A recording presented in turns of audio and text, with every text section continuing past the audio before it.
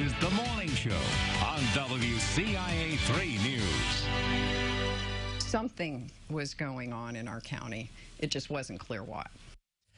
Until yesterday, when the Piatt County Board Chair was arrested. Good morning. I'm Aaron Eads. And I'm Christy Batista. Ray Spencer is charged with forgery and official misconduct. The Moultrie County State's attorney was appointed special prosecutor in this case and says the county board members knew about the crimes and did nothing about it. But that's not what one of them told us. This is part of a continuing Target 3 investigation. WCIA 3's Emily Braun has the story. A grand jury indicted Piatt County Board Chairman Ray Spencer, charging him with 4 felony counts, 2 for official misconduct, 2 for forgery, leaving some people in Piatt County, like Sheila Maloney, speechless. I was actually shocked, as I think most people were. And why was that? Well, although we've known that there have been problems with transparency and accountability with our county board, I was surprised at the actual allegations.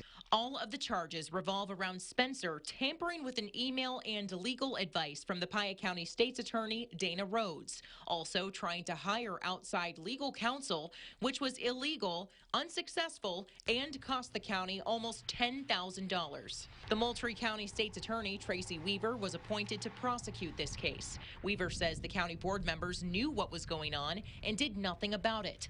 But some may have known more than others. I talked to Shannon Carroll, who says he only found out about the allegations when the grand jury indicted Spencer.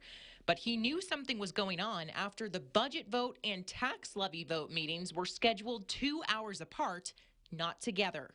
We were all at the meeting that was a budget meeting and knew that the state's attorney had said that the timing of the meetings was not at her advice. He says the tension between the board chairman and the state's attorney was thick. A lot of back and forth during our budget times, yes. And that tension created a lapse in transparency and left the relatively new board member feeling disappointed. Maloney says, based on what she knew, the charges make sense, but don't cover everything. Some of the pieces are there. There are still a lot of questions I'd like to see answered. She thinks it's possible this indictment and these charges are just the tip of the iceberg. A look right now at our roofing Algonquin Weather Camera Network across central Illinois. Things going to be remaining relatively quiet. We do see maybe just some thin fog. I mean, some very thin fog that's going to be in place. Some patchy areas, more in the rural areas where there could be a bit more of that dense fog in place. But overall, looks to be a quiet day and one of the nicer days that we're going to have over the next 7-day stretch. Storm Tracker Doppler, quiet overhead for us. Just more of that cloud and fog base that is going to be in place. Rain to the south, just like it was yesterday. Snow just to the north, once again, just like what it was yesterday. And then seeing more of that active weather farther out to the west over the Rocky Mountains. Eventually, it comes back around for us. Small system coming through tomorrow, but bigger system coming through late into the week. And during that time, we're going to have to really deal with pretty much, it seems like, every precipitation type there is going to be available. 33 in Champaign, 34 in Effingham, 36 right now in Springfield, upper 30s over in Quincy. So anything that was falling this morning most likely would be in the form of rain with all of our temperatures above the freezing point. Some fog around, as I mentioned before. Most of it is going to be thin, gradually clearing skies with the sunshine coming out for the latter part of the day.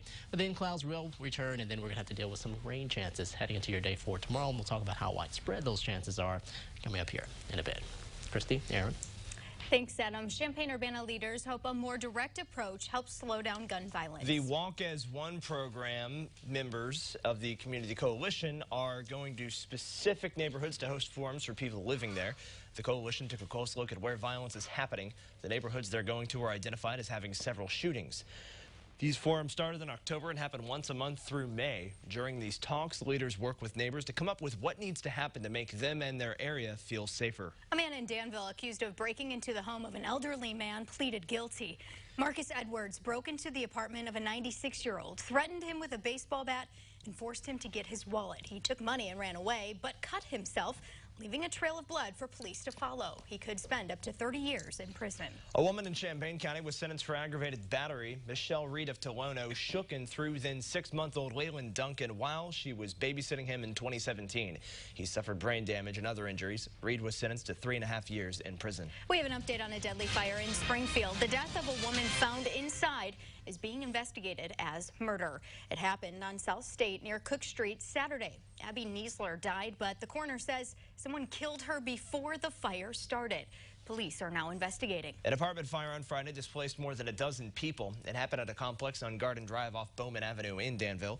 It started as a kitchen fire and spread through the wall. Crews spent 5 hours there and were called back Sunday night when it rekindled. One business in Hoopeston is trying to regroup after a large fire there Sunday night. First responders were sent after 8 o'clock for a fire at McCord Trucking.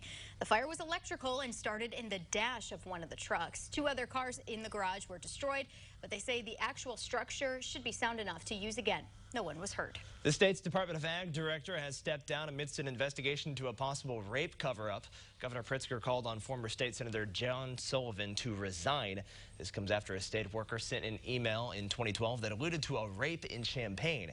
Sullivan is not a suspect, but the governor says Sullivan knew about it and did not report it. Police in Danville are looking for speeders on one stretch of road. Officers are targeting Denmark Road by the Dallas-Bowman Bridge. It's right off of Logan Avenue. Police added more patrols and noticed drivers regularly going 20 miles above the speed limit. They've handed out 15 speeding tickets there in the past few weeks, but they say their end goal is safety. You can probably talk to some people who've been involved with accidents or families or friends that have been involved in accidents because of speeds, from minor injuries all the way up to possibly costing lives. So that's why we take it serious.